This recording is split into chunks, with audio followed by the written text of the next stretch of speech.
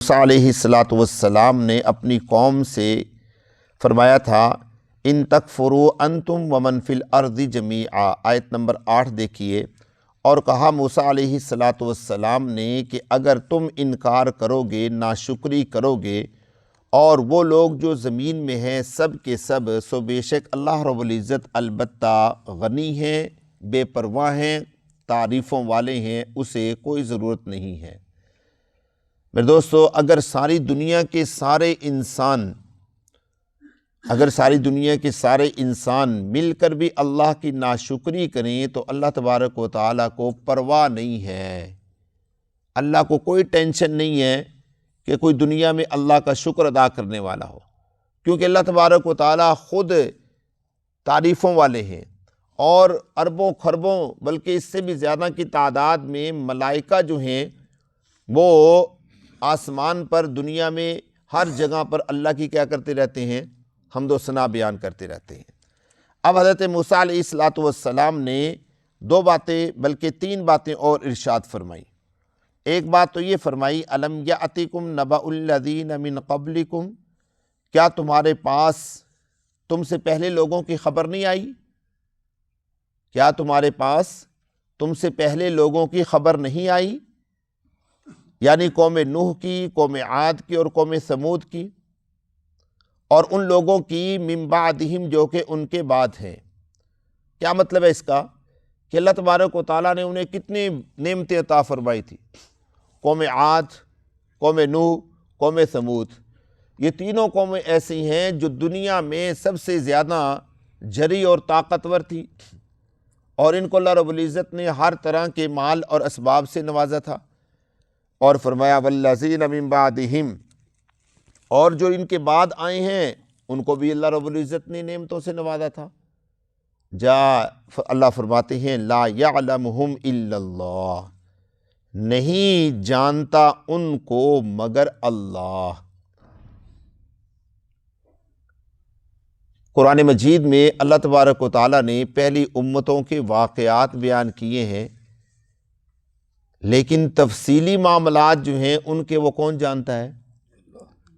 اللہ نے یہاں کہیں نہیں لکھا قرآن پاک میں کہ اللہ نے ان کو اتنی طاقت عطا فرمائی تھی، وہ اس طریقے سے یہ تھے، اس طریقے سے یہ تھے، ان کا رہن سہن کیسا تھا، ان کا کھانا پینا کیسا تھا، ان کا یہ نہیں، بس واقعات بیان کیے کہ وہ اتنے مضبوط لوگ تھے، انہوں نے اللہ کی نافرمانی کی، شرک کیا، اللہ نے ان کو کیا کر دیا؟ تباہ کر دیا۔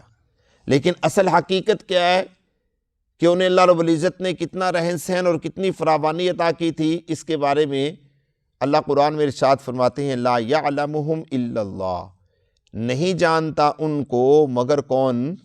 اللہ۔ اللہ فرماتے ہیں جاءتہم رسلہم بالبینات، آئے ان کے پاس ان کے رسول واضح دلائل لے کر، فردوا ایدیہم فی افواہہم، سو لوٹا دیا انہوں نے ان کے ہاتھوں کو ان کے منہ میں، قوم والوں نے ان کے ہاتھوں کو ان کے منہ میں لوٹا دیا۔ آپ نے یہ مقولہ سنا ہوگا، بلکہ یہ جیسے آپ نے یہ تو سنا ہے نا خدا گنجے کو ناخن نہ دے، ایسے ہی یہ مقولہ بھی بڑا مشہور ہے کہ اس نے اس کے ہاتھ کو اس کے منہ میں لوٹا دیا۔ کیا مطلب ہے؟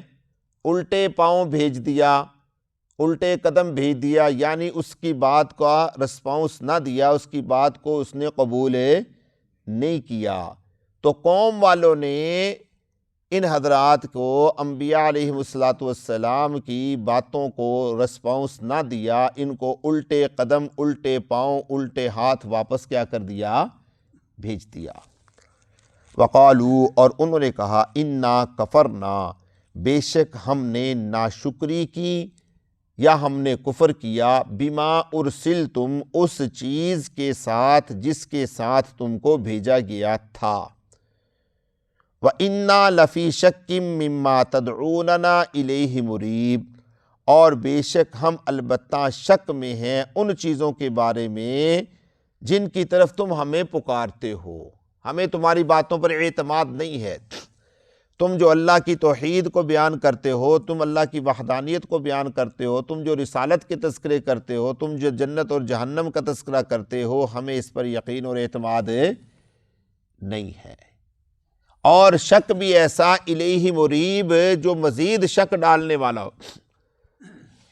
یعنی شک در شک، شک در شک، شک ہی شک، ہمیں یقین ہے ہی نہیں کسی بات پر، ہم ماننے کے لیے تیار ہی نہیں ہیں کہ تم جو جنت بیان کرتے ہو وہ جنت ہے، کیونکہ دنیا کا ایک نظام، دنیا کا ایک نظارہ ان کے سامنے تھا، وہ دنیا کی نعمتوں میں پلے بڑے تھے، دنیا کی آسائشوں میں جی رہے تھے، وہ یہ سمجھتے تھے کہ یہی سب کچھ ہے، جو مر گیا وہ کیا ہو گیا؟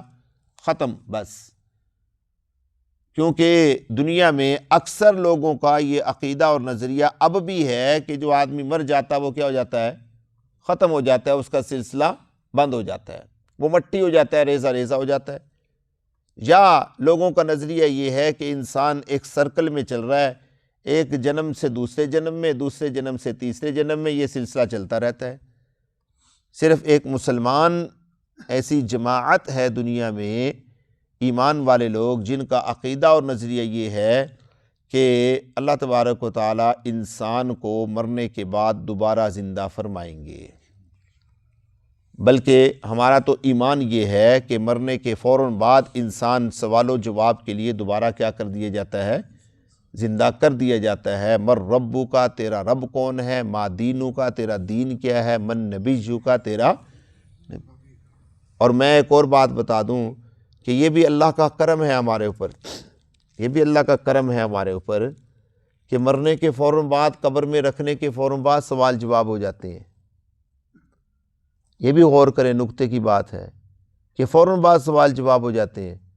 اگر فوراً بعد سوال جواب نہ ہوتے تو ہزاروں سال پہلے جو مسلمان دنیا سے گئے ہیں وہ تو بیچارے اسی شش و پنج میں رہتے کہ ہائے پتہ نہیں کیا بنے گا، ہائے پتہ نہیں کیا ہوگا۔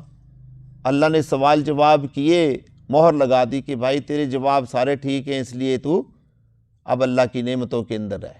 حدیث پاک میں آتا ہے نم کا نومت العروس، وہ انسان قبر میں ایسے رہتا ہے جیسے مسحری میں دلہا اور دلہن رہتی ہیں، اور جس کے سوال جواب نہیں ہوتے اس کی بھی مہر لگ جاتی ہے، اس کے بارے میں حکم ہوتا ہے اب تو جہنم کے عذاب کو چکھتا رہے۔ النار یعرضون علیہا غدوا وعشیا، کہ آگ ان پر صبح اور شام پیش کی جاتی ہے۔ تو یہ شکر، اس کے اوپر شکر ادا کرنا چاہیے الحمدللہ کہ سوال و جواب ہو جاتے ہیں، ٹینشن ختم ہو جاتی ہے۔ تو کیا فرمایا کہ ہم تو شک در شک ہیں۔ آگے سے رسولوں نے ان کو کیا کہا؟ قالت رسلہم افی اللہ شک، کہا ان کے رسولوں نے کیا اللہ کے بارے میں شک ہے؟ اللہ اکبر۔ فاطر السماوات والارض، جو آسمانوں اور زمین کو بنانے والا ہے، یدعوکم، وہ تم کو پکارتا ہے، لیغفر لکم، تاکہ تمہاری بخشش کر دے، من ذنوبکم، تمہارے گناہوں سے، وَيُؤَخِّرَكُمْ إِلَىٰ أَجَلٍ مُّسَمًّى، اور مؤخر کرتا ہے تم کو ایک وقت مقرر تک، مہلت دیتا ہے تم کو ایک وقت مقرر تک۔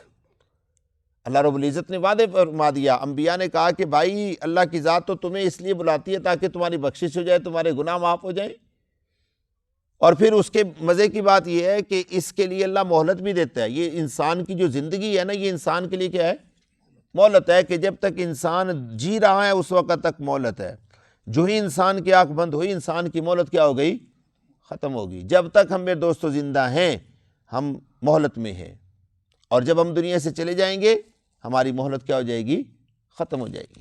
قالو، انہوں نے آگے سے کیا کہا؟ ان انتم الا بشر مثلنا، نہیں ہو تم مگر انسان ہماری طرح کے، تم بھی تو ہماری طرح کے انسان ہو، تم میں اور ہم میں کوئی فرق نہیں ہے۔ اچھا، یہ عجیب کمال کی بات ہے کہ جب کوئی انسان دعوت دیتا ہے نا کسی کو، یہ اب بھی ہے، جب کوئی انسان دعوت دیتا ہے نا کسی کو، مثلا تبلیغ والے ساتھی ہیں یا کوئی نیک آدمی ہے، کسی کو دعوت دینے کے لیے چلا گیا، اب وہ آگے سے کیا کہتے ہیں؟ آپ بھی تمہاری طرح کے ہی ہیں، پھر کیا ہوا؟ اچھا، نیکی کرنے میں بھی برابری نہیں کرنی، نیکی کرنے میں بھی برابری نہیں کرنی کہ آپ بھی تمہاری طرح کے ہی ہیں، پھر کیا ہوا؟ اور گناہ کرنے میں بھی برابری نہیں کرنی۔ اگر خدا نخواستہ اس نیک آدمی سے کوئی گناہ سرزد ہو جائے غلطی سے یا جان بوجھ کر، تو اس کو فرشتہ بنا دیتے ہیں۔ اس کو کیا بنا دیتے ہیں؟ فرشتہ بنا دیتے ہیں۔ اس نے یہ گناہ کر دیا، اتنا اللہ کا ولی ہو کے، اتنا نیک ہو کے، ہم تو اس کو فرشتہ۔ بھئی یار جب دعوت دینے کے لیے آیا نیکی کی، اس وقت بھی اس کو پھر فرشتہ سمجھ کے اس کی دعوت قبول کر لو۔ اس وقت اس کی نیکی کا معیار گھٹا دیا، اور جب اس سے کوئی غلطی سرزد ہوگی پھر اس کی نیکی کا معیار کیا کر دیا؟ بڑھا دیا۔ یہ ترازو آج کل تو بہت زیادہ ہو گیا، اس زمانے میں بھی یہی ترازو تھا۔ ہمیں اس سے بھی نکلنا چاہیے، اس ترازو سے بھی ہمیں باہر آنا چاہیے۔ نہیں یار، سمجھے، کیونکہ ہر انسان برابر ہے۔ تو انہوں نے بھی یہ کہا ان انتم الا بشر مثلنا، کہ تم نہیں ہو مگر انسان ہماری طرح کے۔ اور آگے سے یہ بھی الزام لگا دیا تریدون ان تصدونا اما کان یعبد آباؤنا، تم چاہتے ہو کہ تم ہم کو روک دو اس سے جس کی عبادت کرتے تھے ہمارے آباء و اجداد۔ ہم جن بزرگوں کے نقش قدم پر چل رہی ہیں، ہم انہی کے نقش قدم پر چلیں گے، نہیں سمجھے؟ ہم انہی کے پیچھے چلیں گے، ہم انہی کے اقتداء کریں گے۔ بات نہیں سمجھے؟ فاتونا بسلطان مبین، اگر تمہارے پاس کوئی دلیل ہے تو پیش کرو۔ یہ انہوں نے انبیاء کو کہا، اس کا مطلب یہ ہے کہ وہ بھی مناظرین تھے، مناظرہ کیا کرتے تھے، بحث مباحثہ کیا کرتے تھے۔ اللہ تبارک و تعالیٰ نے ان کا جو جواب دیا وہ انشاءاللہ کل کی مجلس میں عرض کریں گے۔ اللہ مجھے اور آپ کو فہم نصیب فرمائے۔